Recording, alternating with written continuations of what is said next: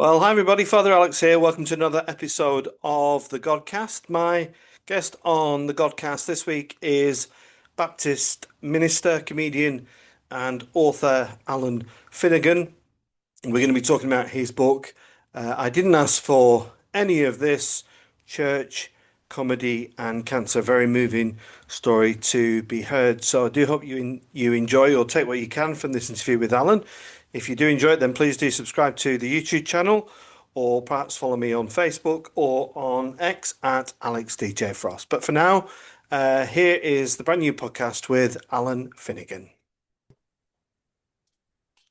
Well, I'm delighted to say that joining me on the Godcast this week is Baptist minister, comedian, and author Allan Finnegan. Allan, it's a real privilege to get you on. How are you? I'm all right. Yeah, not too bad. I'm good, and thanks for having me on. Oh, my Fabulous. my privilege.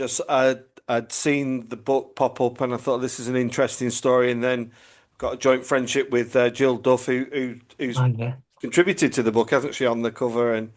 And so, Alan, we'll get down to the serious and the dark side of things. yeah. Just just tell us a bit about that journey of writing a book. I feel very privileged that I've written a book as well, so I kind of think I've got some empathy with that. But was that a struggle or a joy? Just tell us about that. I've kind of wanted to write a book for ages, but I didn't really have the motivation or time. In a sense, I did, but it wasn't a priority. If you get what I mean. I had all these stories of training to be a minister and all sorts of different stuff over the years, and actually being a minister in a kind of, kind of, challenging place. So, there's always loads of stories, but I never got round to it. And then getting at the diagnosis that I got, which I'm sure we'll get onto, is it's kind of gave me the time because I could do less and less physically.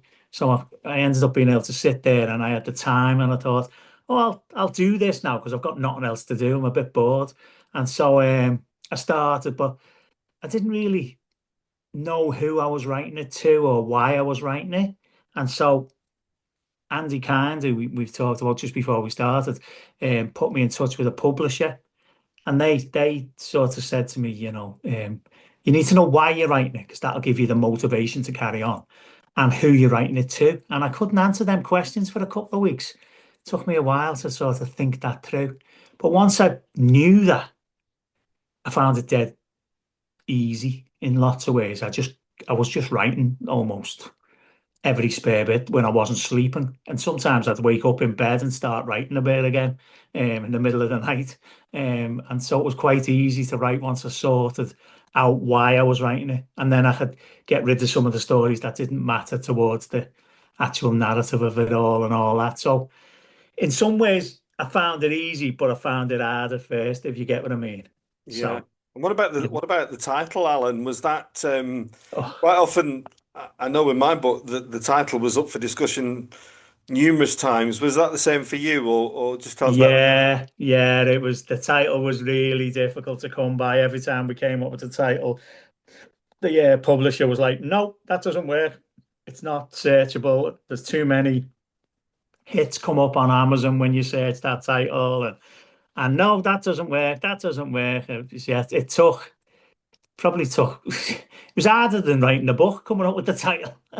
So eventually, I said this to them, and she said no again, and then she like checked it on Amazon, and there wasn't that much you would find the book. So she actually signed off on it eventually.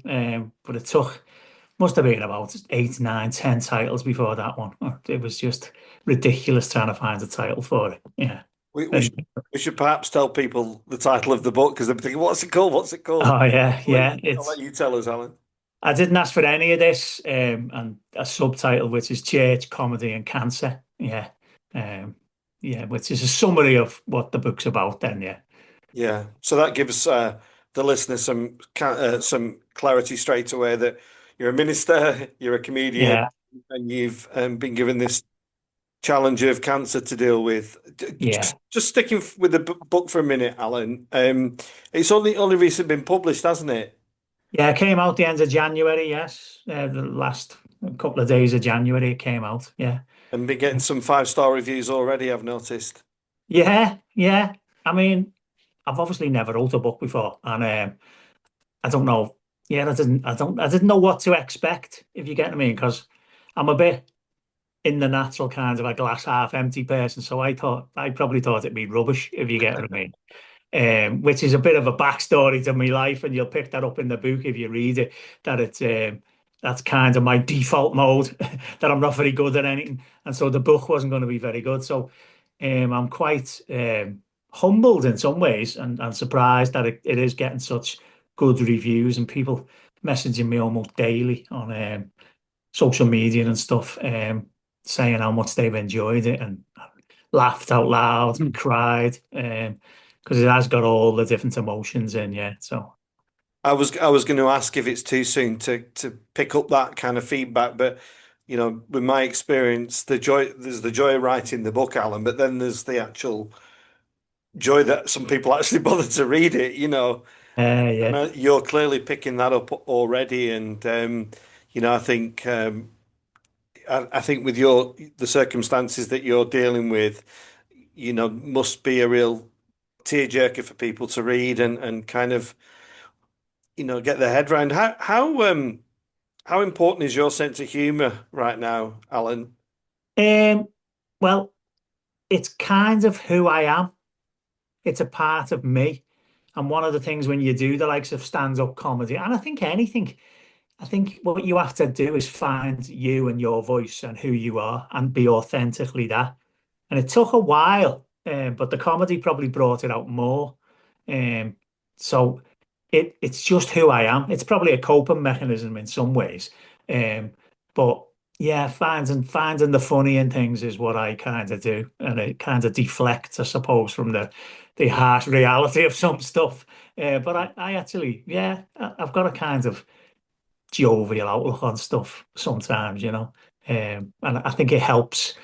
And the book reflects that kind of all the way through, even in the end, which it starts to get sadder when I start to talk about cancer. Um, yeah, so the reviews of people, it's good the reviews of people who don't know me, because a lot of people who've bought it know me, if you get what I mean, and they can almost hear my voice reading it, so they've got a kind of advantage in some way. But also they know me, so they're invested in it. They can sort of think, you'd almost expect them to say nice things, even if they don't like it, kind of thing. But it's the people who don't know me that have been sending reviews in that have really blessed me. Yeah. Uh, You so you said something a minute ago that definitely resonates with me, and I think other comics. I've got a average comedy background. That you said you're a glass half empty person, but then, you've got this kind of sense of humor that is part of me. I think that. Do you think that's intrinsic to comics, Alan? Do you think there's an element of, in the pathos or in they see the humor in the dark moments or, the difficult situation? I think what I find with comics is a lot of us are introverts. And so we use it to deflect away from us, if you get what I mean. And it's going to sound really silly, but I'm actually painfully shy a lot of the time. Very introvert. If I go into a room with loads of people, I'll try and hide in the corner somewhere. I'm not like up front and central and being, the the center of the room kind of thing. I'm actually quite shy, and so, but on stage, it's okay because you're on your own in a weird sort of way. I know you're facing the opposite way and everyone's looking at you, but you can't really see much because of the lights in proper comedy clubs. Um, so it's kind of all right, but I think a lot of comedians I know are you do get your odd extrovert, but a lot of them are introverts, quite shy, and so comedy is a way of, I think, deflecting away from you, sending the subject somewhere else. Yeah.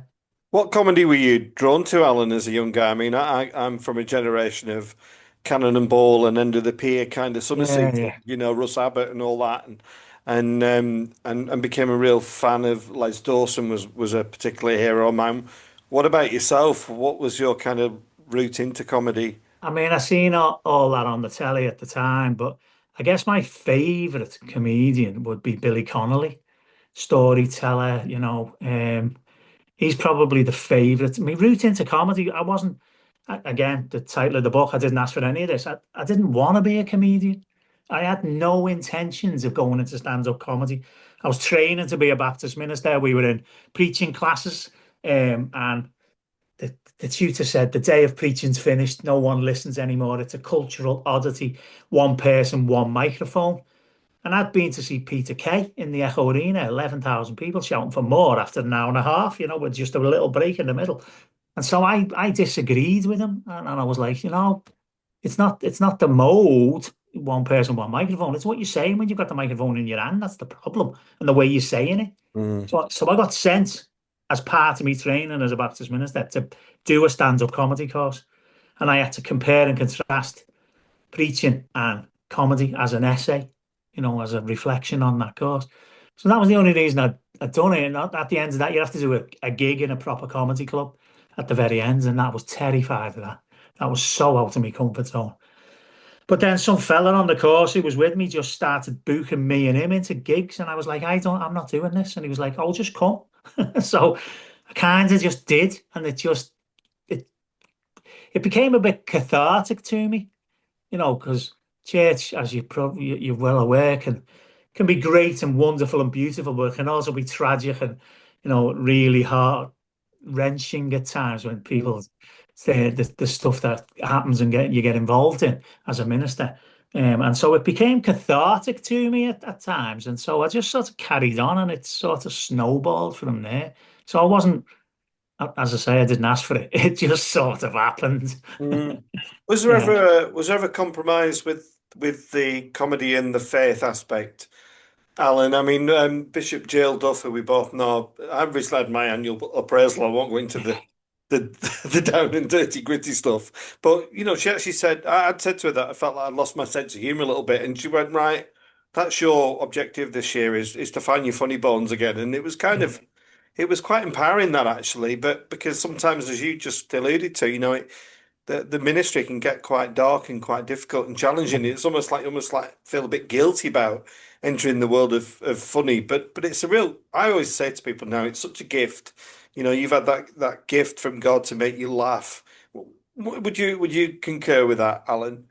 Yeah, yeah. I mean, because it can be a lonely place being a minister of a church, and I've experienced all that in the past.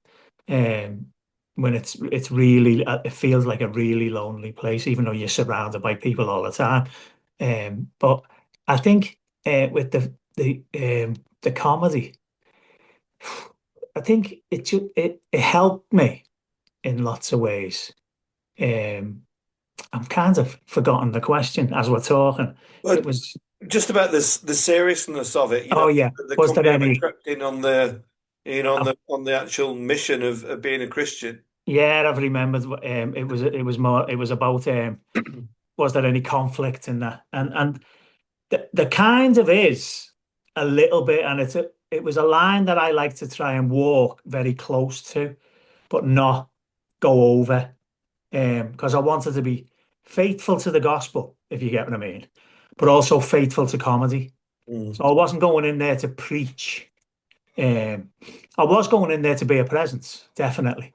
But I wasn't going in there to preach and be preachy because that's the first thing they thought about me. As soon as I was introduced as the Reverend Allan Finnegan, the crowd would go quiet because they think, what's he going to do?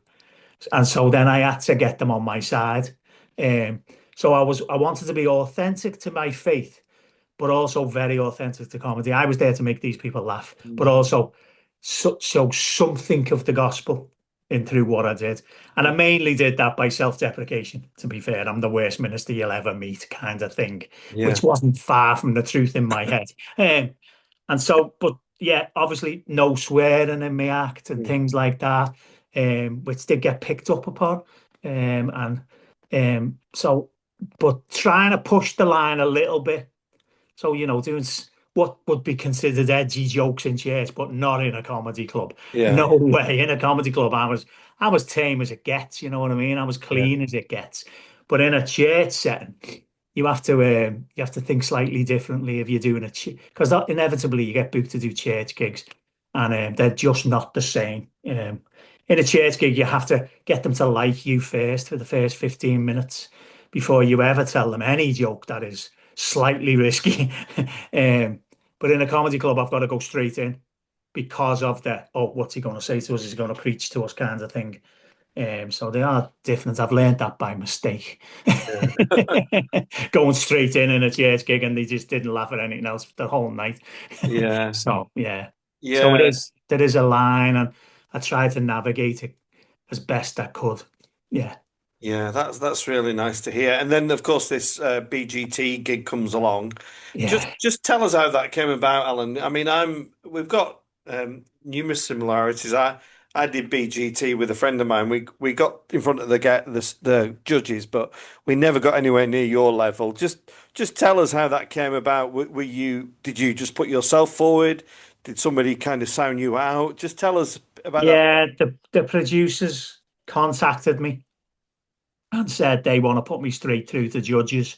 They contacted me in previous years earlier and it had gone nowhere. But this time they were like, we want to put you straight through to judges. And they contacted you in about the September, October time. And it wasn't until February, just before lockdown.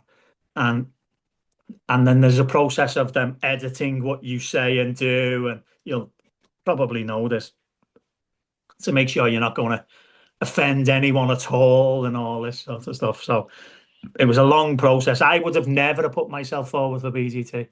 That's just not my character because I'd think I was rubbish and I was going to get buzzed off. And them buzzers, as you may well be aware, are very, very loud on in the theatre kind of thing. That on the telly they don't sound that loud, but in there Yeah. they are jumpy loud. And the person before me got four, and they were running late, so they just said, "We're going to get you straight on." I was like, "Oh, great." So yeah, I wouldn't have put myself forward ever. I don't, I wouldn't put myself forward for anything, to be honest. But especially that, because in my head, I could only fail. Yeah. And if I made a show of myself on national television, that would be the worst. Yeah. Yeah. Thankfully, it went well. The Yeah. It was. semi-final, Yeah. however, was the semi-final, however, wasn't as good because it was to an empty room and just four judges and me in this room because of COVID. And so it was a terrible experience. They made it look good on the television when they put the canned laughter in and all that kind Mm. of stuff because it was just a silence type of thing. It was terrible. I hated every second of it to the point that when they rang me up and said you haven't got through because you don't go through on the night, I was like, oh, thanks. Thanks. I couldn't do that again. Yeah. It's so fascinating listening to you, Alan, because I'm wondering if I was the person before you that got the four buzzers. Oh no, it was. I It, remember who it was. Yeah, yeah, but that feeling of deflation, you get so far, don't you? And you think, oh, this is going well, but then you get that dreaded call. But what an experience for you, though. yeah. I mean, I've always got that experience of getting that standing ovation in the London Palladium. Not a lot of people can say that, and I wasn't expecting it honestly. And so to get that, I remember walking down the road afterwards. I'd gone down in a pair of Nike 110s, as we call them in Liverpool, Air Max 95s. But they wouldn't let me wear them on stage because of advertising. So they went and bought me a pair of shoes from Primark, right, for £9. So I was walking because the trains from London after it stopped to Liverpool after 8 o'clock. So I had to stay. So it cost me money to go on Britain's Got Talent.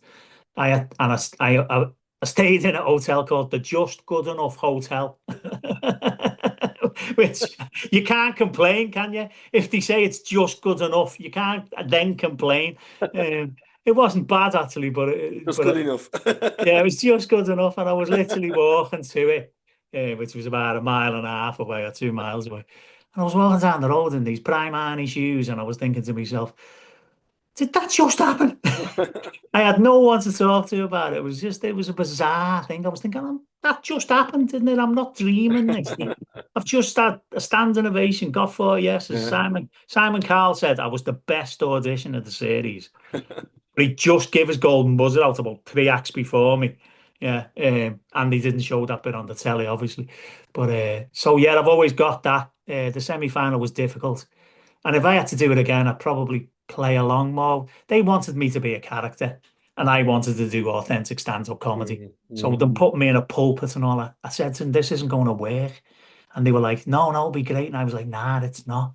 So it was really, I should have done the more TV, which is what they want. That's what they wanted, you know what I Yeah, mean? But yeah. it wasn't me. I don't wear a dog collar. They made me buy one. I had to buy a dog collar to go on Britain's Got Talent because they wanted me in a dog collar, for the caricature kind of thing. And I love that. There's uh, the different denominations right there. You and your yeah, Nike, yeah, that you and your Nike trainers in a t-shirt, and I is me trussed up in me dog collar and me yeah, and me yeah, brogues. But I yeah, love that. yeah, So, yeah. so Alan, I'm thinking to myself, what a joyous experience. And when you reflect on that, I'm guessing you think God was in all that, or Yeah, at the time, I just think I'm bumbling my way through. mm, But writing the book has helped me see kind of like, what's it called? Hindsight. I've kind of seen the hand of God on stuff all through my life. It's kind of really helped writing the book.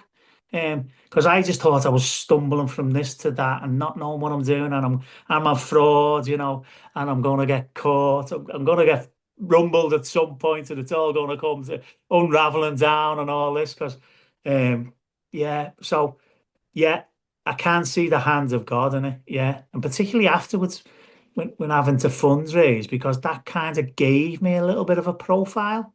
Not a massive one, but I was kind of sort of known after that. So mm, when we're fundraising to pay for private treatment, it was a lot of people kind of knew of me, if you get what I mean. But we had the book launch a couple of weeks ago, and one of the comedians who was on it on that day he said, "There's only two Baptists who are famous. There's John, there's 2,000 years, and then there's Alan the Baptist." It was Tony Vino, who you know well, yeah. yeah. So yeah, yeah, Yeah. Tony Vino, for people who aren't familiar with me, is a really another Christian comedian who I know reasonably well, and he was one of the first guests on the podcast, so people can go back and check that out.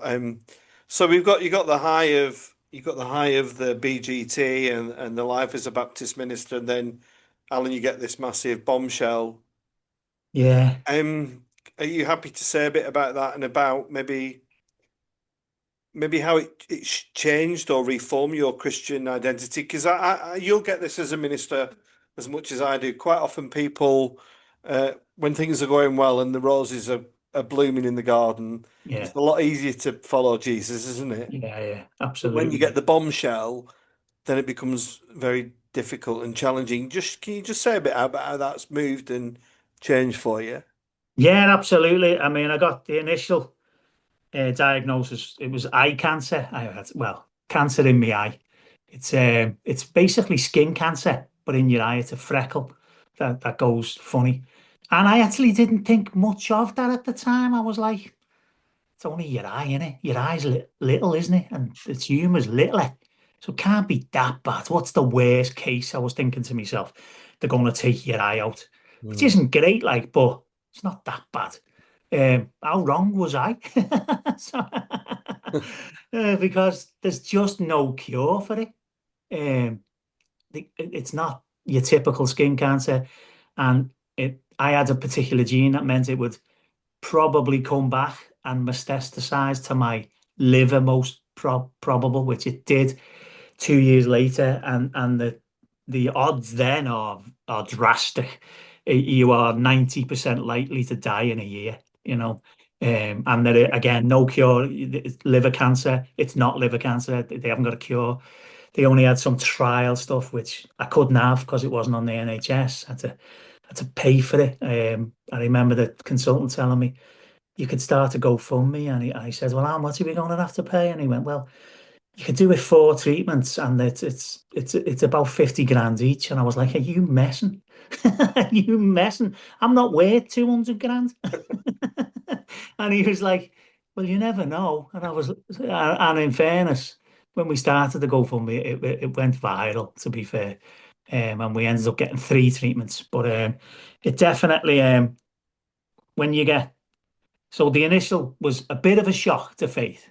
Um, because I think with everyone, even if you're not in faith, these type of things happens to someone else. It doesn't happen to you anyway, even if you're not a Christian or anything like that. Um, and then receiving the terminal diagnosis, which was you've got 12 months or less to live, um, was another shock to the system on a different level. Because I guess I came to faith in the 80s. And again, this story's all in the book, but I'll just summarize it a little bit. At where kind of an evangelical, semi-charismatic kind of experience of that, um, where you're special, called, God's got a plan for your life, which only you can do. You're the apple of his eye, and all these things are true. However, they do slightly ignore the other side of life, tragedy, loss, Hmm. when things don't seem to work out as planned, Hmm. um, breakups, all sorts of different stuff. And so for some time I'd been wrestling with these ideas. So the cancer thing didn't bring the wrestling on. I'd already been wrestling with stuff in life and in church and what happens in people's lives and all that. So it isn't all roses, is it, as you know? And so my faith was already being sort of stretched and shaken and all that because it kind of didn't fit neatly into my evangelical kind of little box that I'd created and my Christian bubble that I was in. Um, and but then receiving the terminal diagnosis kind of made me massively rethink my faith. And I think now in a really good way. Um, you could a lot of people will me comedian friends were like, God must hate you. You know what I mean? And but it made me rethink it through. It made me look at the Bible in different ways. It made me read some of particularly around the cross area, and feel the pain and the agony and all that Jesus went through. It, Hmm. it gave me different eyes for suffering, um, and um, and how to embrace that in faith. I almost had to reinterpret my faith from that certainty, you're special, blah, blah, blah, blah, blah, to my reality. And actually, it's been a really good thing for me, I think. Um, I'm not, I think, I don't know where I am with it still, but it's definitely been a good thing. And I can, I was thinking about it theologically, shall we say, and I'm going to make a massive statement, but it's not like that. But it was the only thing I could think of. It was a bit like the exile in the Old Testament, where they know a particular way of relating to God, and it's all about the temple and all that. And then all of a sudden, the temple's destroyed. They've been dragged off to Babylon. Except the ones that they didn't care about, kind of thing. Hmm. Um, and because they know God's real, and that was my biggest problem. I say problem on purpose there. I could not bring myself to say God wasn't real, no matter what, even though my faith had completely been deconstructed in some way. It hadn't dissolved. Um, but I could not. I literally sort of done that. I think, therefore I am. I got to the bottom bit and said, no, there's definitely a God. So how do I now interpretate my relationship with this God in my reality of where I am? And I can only relate it to exile when they got to Babylon and, the singing by the rivers of Babylon, where, and they had to do faith differently, find a way because they still believed in God, even though a tragedy and massive and much worse than my tragedy, massive tragedy had hit them. They still believed in God, and that was the issue. So they had to, and then they come back, and it's a different way of relating to God. Hmm. It's synagogue and whatever else. Sacrifices aren't things, and all. Do you get what I'm saying? So it's like, Yeah, it reminds me of Chris Difford from band Squeeze came on, and Yeah, he tells a story about his struggles with addiction, Alan, and he said something I'll never forget. He said, "I had to find out where my knees were, and it was only when I found out where my knees were, and he was alluding to that fact that he had to actually put it, almost deconstruct it, put it yeah, back together, and then grow again. And yeah. but I don't want to encroach on your family privacy, but that's you, Alan, on that journey and that thought process. What about those nearest and dearest around you? Well, my wife would be pretty similar, I would Yeah, imagine. I think she takes it a bit worse than me. Sorry, I've got a bit of, um, but I think she takes it a bit worse than me in some ways. But she's pretty similar yeah, to me. My children don't really go to church. Still got probably faith, but don't really go. And they're all right around me, if you get what I mean. I think they yeah, want to be nice around me, but I'm sure they take it quite badly at times. Um, However, um, they try to hide it from me, I think, a lot, particularly my wife. We talk sometimes and she gets quite tearful and stuff. I mean, because in some ways it's okay for me because I'm going to be the one that goes, aren't I? And so um, she'll be the one left behind kind of thing. And so I think they struggle with it, and it's definitely affected their faith in a weird way. My eldest daughter was like, she wasn't really going to church and all that. And then I remember when it first happened, she was like, "That's it, I'm done. I'm done. Can't do this. Can't believe in a God that does this kind of thing." But I think as the journey has gone on in my life, because I'm now 2 years and a bit into the 12-month thing, but that was mainly because of the private treatment that we got. Nothing else has worked since. She has softened and is talking about going back to church. I think I can, because even in this, on reflection, you can see the hands of God. We shouldn't have been able to raise nearly £150,000. Do you get what I mean? We shouldn't have been able to do that. Um, and then the books come out of it. There's a few things, and you just think, God's still in this. And even now, I was recently told that there's nothing else they can do. That all medical things have stopped now, and I'm at palliative care stage. And I got told about a month ago I had 3 months to live or less. And so we're into that danger zone kind of thing. But it's been a really good.